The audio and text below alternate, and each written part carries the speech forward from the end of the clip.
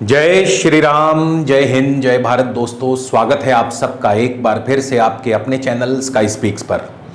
तो आज हम बात करेंगे कर्क राशि और कर्क लगन के लिए अक्टूबर का महीना कैसा रहने वाला है। ये महीना अगर आपकी जानकारी के लिए बताना चाहूं तो इस महीने परिवर्तन के लिए तैयार रहें। राशि वालों की अपेक्षा यानी कर्क राशि की अपेक्षा कर्क लगन वाले जातकों के लिए ये महीना शुभ रहेगा, खास रहेगा, विशेष रहेगा। कैसे जानेंगे आज इस वीडियो में, तो कहीं भी जाइएगा मत दोस्तों। आज का वीडियो शुरू से लेके अंत तक जरूर देखिएगा और अगर आप हमारे चैनल पर नए हैं तो कृपया चैनल को सब्सक्राइब कर लें, बेल आइकन वाला बटन जरूर दबाएं ताकि हमारा कोई भी नया वीडियो मिस ना हो। पर्सनल कंसल्टेशन के लिए स्क्रीन पर जो नंबर दिया है या वीडियो के डिस्क्रिप्शन में आपको हमारी कॉन्टैक्ट डिटेल्स मिल जाएंगी। आप हमें अपना जन्म विवरण यानी आपका नाम, जन्म तिथि, जन्म समय, जन्म स्थान लिख करके भेजें। आपकी समस्या, आपका प्रश्न हमें लिख करके भेजें। आपको घर बैठे ही पूरा मार्गदर्शन मिलेगा। फोन कॉल या वीडियो कॉल के माध्यम से शुल्क लागू रहेंगे। तो आगे बढ़ते हैं, चलिए जानते हैं सबसे पहले ग्रहों की चाल। आपके धन स्थान में इस महीने शुक्र का गोचर रहेगा जो कि अत्यंत शुभ रहेगा। वहीं सूर्य बुध मंगल तृतीय भाव में थोड़ा सा मिक्स रिजल्ट देंगे। सूर्य बुध मंगल तीनों ही इस महीने राशि परिवर्तन करने वाले हैं। मंगल 3 अक्टूबर को आ जाएंगे, केतु के साथ चौथे भाव में युति योग बनाएंगे और इसके बाद 17 तारीख को यानी 17 अक्टूबर को सूर्य, 18 अक्टूबर को बुध चौथे भाव में आएंगे।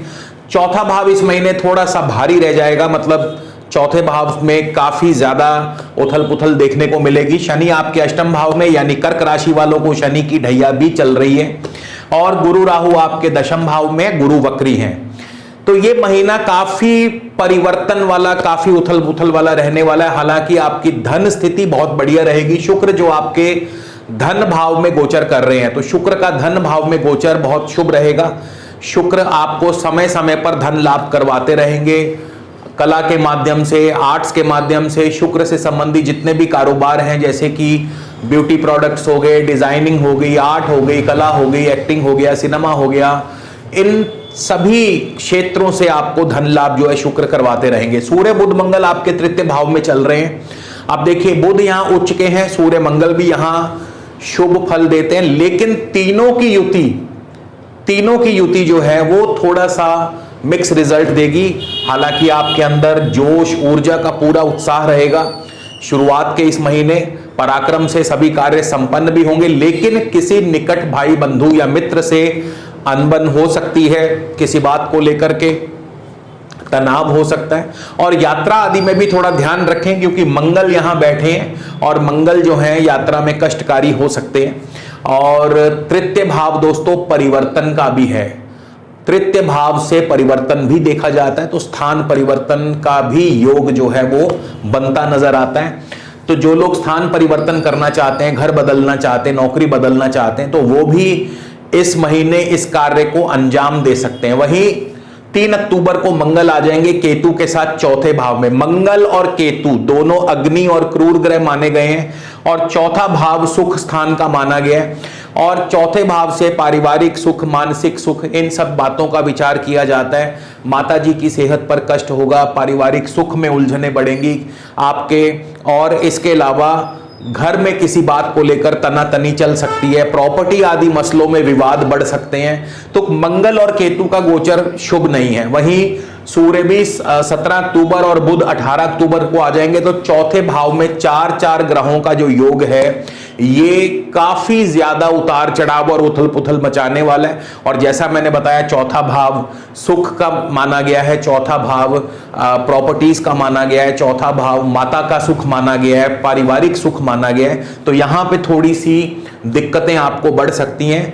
और जो लोग जनता से जुड़े हैं, जनता के साथ भी आपके तालमेल में कुछ ना कुछ जो है ऊपर नीचे हो सकता है। तो चौथा भाव इस महीने बहुत जबरदस्त एक्टिवेट है और प्रॉपर्टी संबंधी वाद विवाद से बचिएगा। वहीं शनि की ढैया अभी भी चल रही है, आपको शनि आपके अष्टम भाव में है, शनि वक्री हैं। अष्टम भाव जो है भले ही शनि अपनी राशि में हो लेकिन चंद्रमा को पीड़ा देने का कार्य करते रहेंगे, क्योंकि चंद्र राशि से ही ये गोचर हम देख रहे हैं। तो चंद्रमा को पीड़ा मिलती रहेगी, यानी मानसिक चिंता, मानसिक परेशानी, कार्यों में विघ्न और बाधाएं जो है शनि देते रहेंगे। शनि की वक्र दृष्टि दशम भाव पर भी है, जहां पर बृहस्पति भी वक्री हो चुके हैं और राहु भी वक्र अवस्था में बैठे हैं। तो कारोबार में परिवर्तन, कारोबार में कुछ ना कुछ चेंज हो सकता है।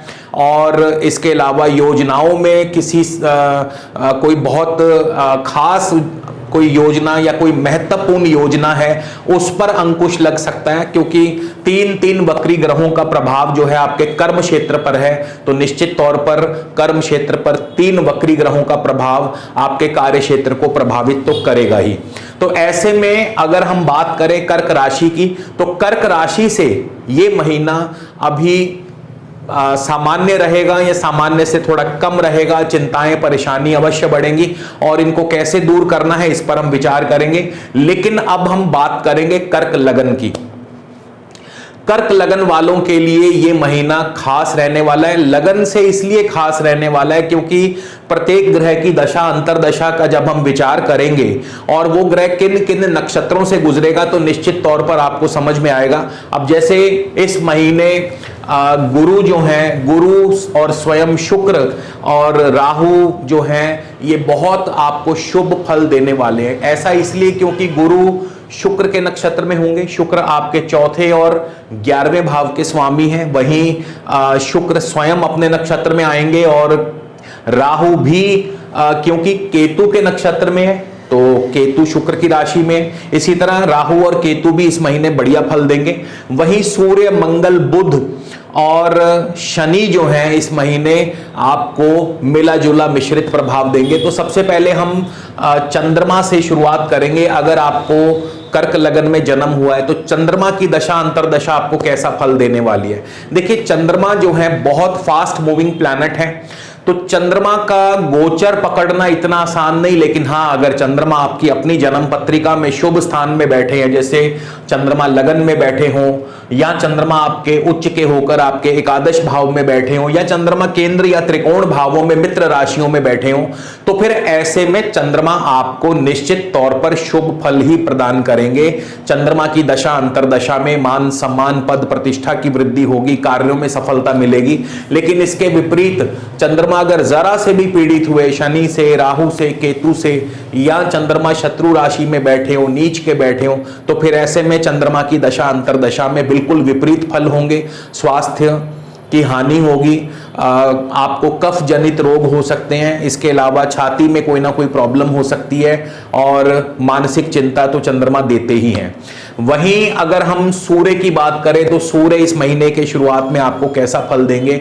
सूर्य आपके धनेश हैं, धन भाव के स्वामी हैं। इस महीने के शुरुआत में चंद्रमा के नक्षत्र में होंगे तो मान सम्मान, पद प्रतिष्ठा को बढ़ाते हैं, कार्यों में मेहनत के बाद सफलता। 11 तारीख को सूर्य मंगल के नक्षत्र में प्रवेश करने वाले। मंगल पंचम और दशम के स्वामी होकर के चौथे भाव में बैठे होंगे।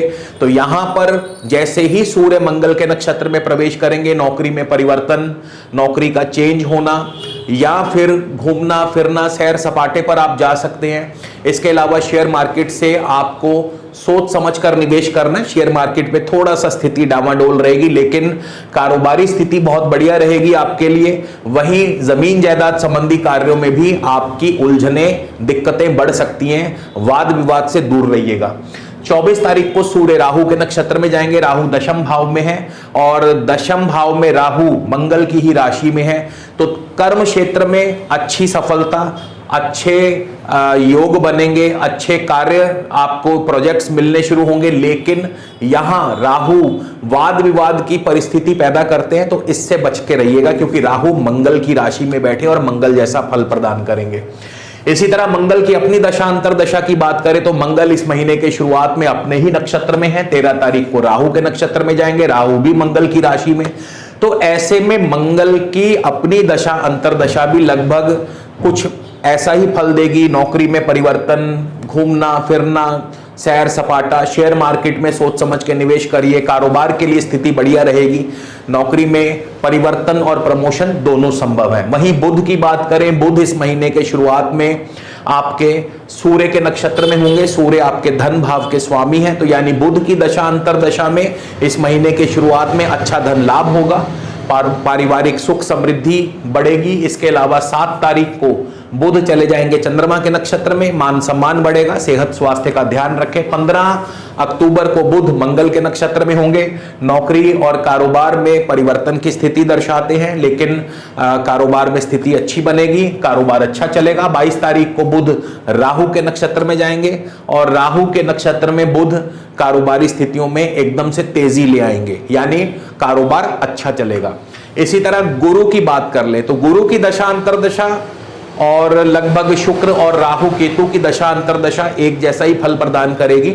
गुरु चल रहे हैं इस समय भरणी नक्षत्र शुक्र के नक्षत्र में, और गुरु की दशा अंतरदशा बहुत ही बढ़िया रहने वाली है, क्योंकि शुक्र आपके चौथे और 11वें भाव के स्वामी धन स्थान में बैठे हैं। अब देखिए शुक्र की पोजीशन अच्छी होने से कितने ही ग्रहों से आपको शुभ लाभ शुभ फल मिलेगा।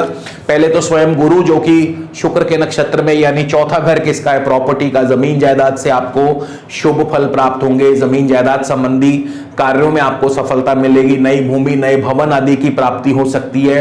प्रॉपर्टी संबंधी कोई ना कोई डील आपकी मैच्योर हो सकती है। पढ़ाई में विद्यार्थियों का प्रदर्शन बहुत बढ़िया रहेगा। जो लोग कृषि आदि कार्यों से जुड़े हैं तो उनके लिए बहुत जबरदस्त रहेगा। 11वें भाव के स्वामी है, मित्रों से मेल मिलाप, मित्रों से आपको सुख सुविधा बनती रहेगी, आमदनी के स्रोत बढ़ेंगे, और इसके अलावा शेयर मार्केट से अच्छा धन लाभ हो सकता है। शुक्र स्वयं धन भाव में बैठे हैं तो पारिवारिक सुख की वृद्धि करते हैं, कुटुंब में सुख समृद्धि का माहौल बनेगा, बैंक बैलेंस आपका बढ़ेगा, यानी आर्थिक पक्ष आपका बेहद मजबूत होगा। इसी तरह शुक्र की अपनी दशा अंतरदशा, क्योंकि शुक्र शुरुआत में केतु के नक्षत्र में होंगे, केतु भी शुक्र की राशि में है, और शुक्र उसके बाद 17 अक्टूबर को स्वयं अपने नक्षत्र में चले जाएंगे। तो शुक्र की अपनी दशा अंतरदशा भी बिल्कुल गुरु की भांति फल देगी, क्योंकि शुक्र भी स्वयं अपने नक्षत्र में होंगे। शनि आपको कैसा फल देंगे, तो शनि की दशा अंतरदशा में कारोबारी वृद्धि होगी, लेकिन थोड़ी धीमी गति से, क्योंकि शनि वक्री है और शनि की वक्र दृष्टि दशम भाव पर भी पड़ रही है। तो कारोबार शनि की दशा अंतरदशा में थोड़ा सा धीमा रहेगा, स्लो रहेगा। अभी रुक रुक करके कार्य बनेंगे, लेकिन हाँ 15 अक्टूबर के बाद शनि जो है मंगल के नक्षत्र में जाने वाले हैं। मंगल मार्गी हैं और मंगल पंचम और दशम के स्वामी है, तो एकदम से कारोबार में तेजी आएगी, परिवर्तन जो है कारोबार में देखने को मिलेगा, एकदम से तेजी आएगी और अच्छा कारोबार चलने की उम्मीद हम जता सकते हैं। वहीं राहु की अपनी दशा अंतरदशा, राहु मंगल की राशि में है मगर केतु के नक्षत्र में है, तो राहु की अपनी दशा अंतरदशा में आपके कारोबार में अच्छी सफलता, कारोबार में अच्छी तरक्की और जमीन जायदाद संबंधी कार्यों से अच्छा धन लाभ होगा, क्योंकि राहु केतु के नक्षत्र में, केतु चौथे भाव शुक्र की राशि में और शुक्र 4-11 होके 2 धन भाव में बैठे हुए हैं। तो राहु की अपनी दशा अंतरदशा में भी आपको शुभ फल ही प्राप्त होंगे, क्योंकि राहु की पोजीशन भी दशम भाव में बढ़िया है, मंगल की राशि में है, केतु के नक्षत्र में। वहीं केतु की अपनी दशा अंतरदशा, अब केतु स्वयं ही शुक्र की राशि में है तो शुक्र का ही फल प्रदान करेंगे, और केतु मंगल के नक्षत्र में है तो राहु और केतु लगभग एक जैसा फल प्रदान करेंगे। यानी राहु और केतु दोनों की दशा अंतरदशा में क्या होगा, आपको प्रॉपर्टी से फायदा होगा, आपको जमीन नई भूमि नए भवन आदि की प्राप्ति हो सकती है, नए वाहन सुख की प्राप्ति हो सकती है, कृषि कार्यों से आपको लाभ होगा, मित्रों के सहयोग से आपके कार्य संपन्न होंगे, शेयर मार्केट से आपको लाभ होगा, आर्थिक पक्ष आपका मजबूत होगा। तो राहु और केतु आपको लगभग एक जैसा फल देंगे, और नौकरी में या कारोबार में परिवर्तन भी हो सकता है, और यह परिवर्तन शुभता के लिए होगा। अब बात करेंगे इस महीने आपको क्या उपाय करने हैं। देखिए शनि की ढैया चल रही है कर्क राशि वालों को, और कर्क लगन से भी शनि वक्र होकर अष्टम भाव में पड़े हैं, दशम भाव पर दृष्टि है, तो शनि का उपाय सबसे ज्यादा जरूरी है। वहीं मंगल और केतु भी चौथे भाव में आपको परेशान करेंगे, तो ऐसे में मंगल केतु और शनि तीनों के लिए जो एक ही उपाय बनता है वो है आप इस महीने हनुमान जी की पूजा करें, रोजाना बजरंग बाण का पाठ करें, हनुमान चालीसा का पाठ करें, हनुमान मंदिर जाएं, माथा टेकें, और ज्यादा से ज्यादा हो सके तो मीठा बांटे, जितना अधिक से अधिक मीठा बांटेंगे, जरूरतमंदों में, मंदिर में मीठा चढ़ाएं, भगवान को मीठा अर्पित करें, उतना ही ज्यादा आपके जीवन में मिठास आएगी। तो दोस्तों इसी के साथ आपसे विदा लेता हूं, अगले वीडियो में फिर मिलेंगे। जय श्री राम, जय हिंद, जय भारत।